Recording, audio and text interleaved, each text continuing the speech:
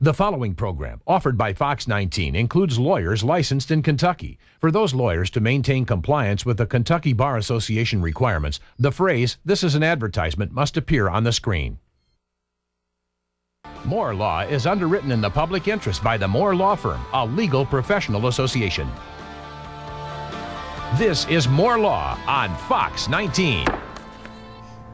Welcome to Moore Law. Today our topic is personal injury. If you've been injured, you need to know what your rights are under the law. Do you need a lawyer to help you? Is there a time limit to file a claim? The phone lines are open. If you have been injured and don't know what to do, give us a call at 513-421-4691. Let's take a look, though, before we go to the phones, at what we have coming up over the next couple of weeks. On October 22nd, Landlord versus Tenants. October 29th, Medicine and the Law. And November 5th, what to do if you have been hurt on the job. Well, Don Moore, you're back. We missed you last week. I missed being here, actually. Well, Dan did an admirable job filling in. Yeah, well, thank you for that. We had a great time. We're out in New Mexico, Albuquerque area.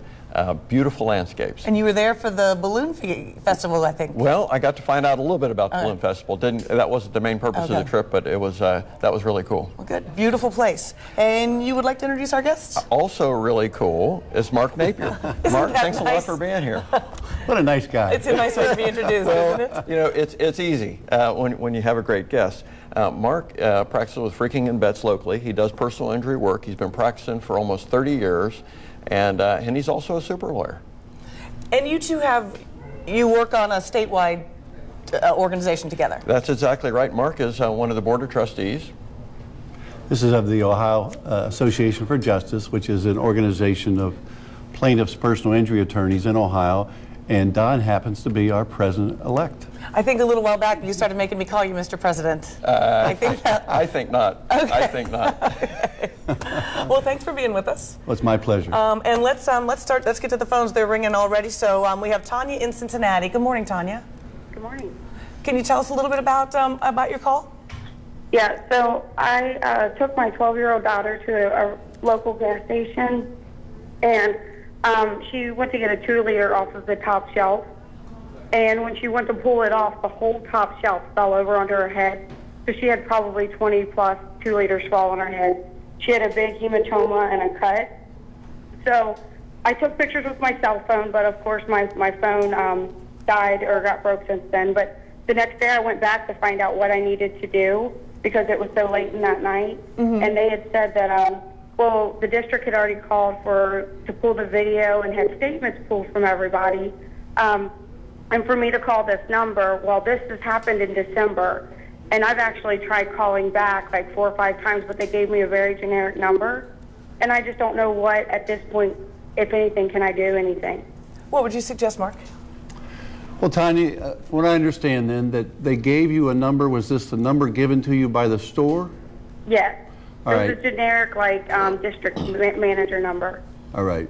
Well, apparently they've given you the number for what might be called the risk manager or an adjusting firm, and you've called them how many times and they've not responded? Called like 3 or 4 times, but unfortunately when I called I was always in my car, so I didn't think to write it down. But I always left messages. I never actually got to talk to anybody. Well, I think you need to get back in touch with the store. Let the manager of the store know that you've tried to reach this adjusting firm or risk management number. They've not been responsive, and if the store manager is not successful in getting you connected with the risk manager, then by all means you may wish to speak to an attorney to move the process along. Don, you had something I think you wanted to add? Yeah, Tanya, one of the things, basically the reason they're blowing you off is you don't have a very big case. If she's just got a cut and a bruise and that's it, I assume there's either little or no medical expenses, and so they don't have a lot of skin in the game. What Mark said, of course, is exactly right. I would suggest you start writing instead of calling. That'll get more attention. I would send a letter to that claims outfit, and if they don't respond, I'd send a letter to the president of the filling station company or whatever it was where you were, and raise a little cane that way. Do it in writing. It'll get more attention. You have a case. A lawyer will talk to you about it, but they're not going to be very interested because it's just not very much money. Same reason these guys can get away with blowing you off. Okay. All right. Let's go to Ed in Cincinnati now. Ed, go ahead. Good morning. How are you? Good. How are you? I'm fine. Good. I love your show, by the way, and it's great. Thank you. We love to hear that. Thank you. Here's the situation. I have a dental situation that has been going on over a year. And it started off with me losing half a tooth, and it got infected.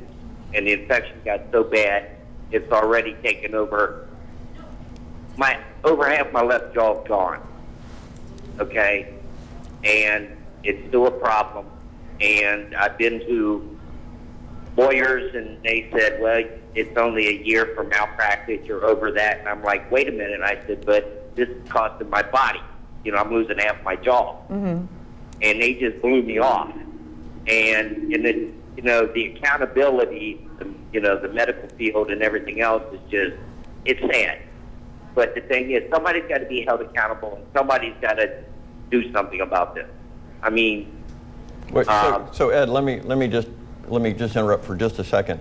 Sure. If I understand correctly, you've got two issues really. One, you've got a statute of limitations issue, which we've talked about and we'll cover in just a moment. The other thing, you've got an issue as to whether there's really liability for your injury itself. Am I correct?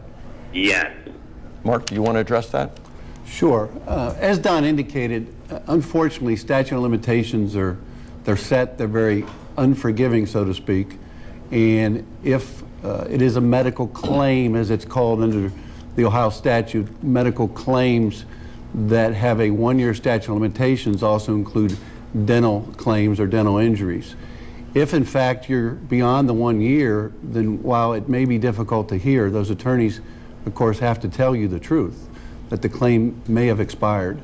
By all means, I would say that you know, if you talk to several attorneys and they're all giving you the same answer, it may very well be that you need to turn your attention to just getting better rather than pursuing the claim. All right, we wish you the best of luck with that, Ed. We will take a break right now, and we'll be right back. Give us a call, 513-421-4691.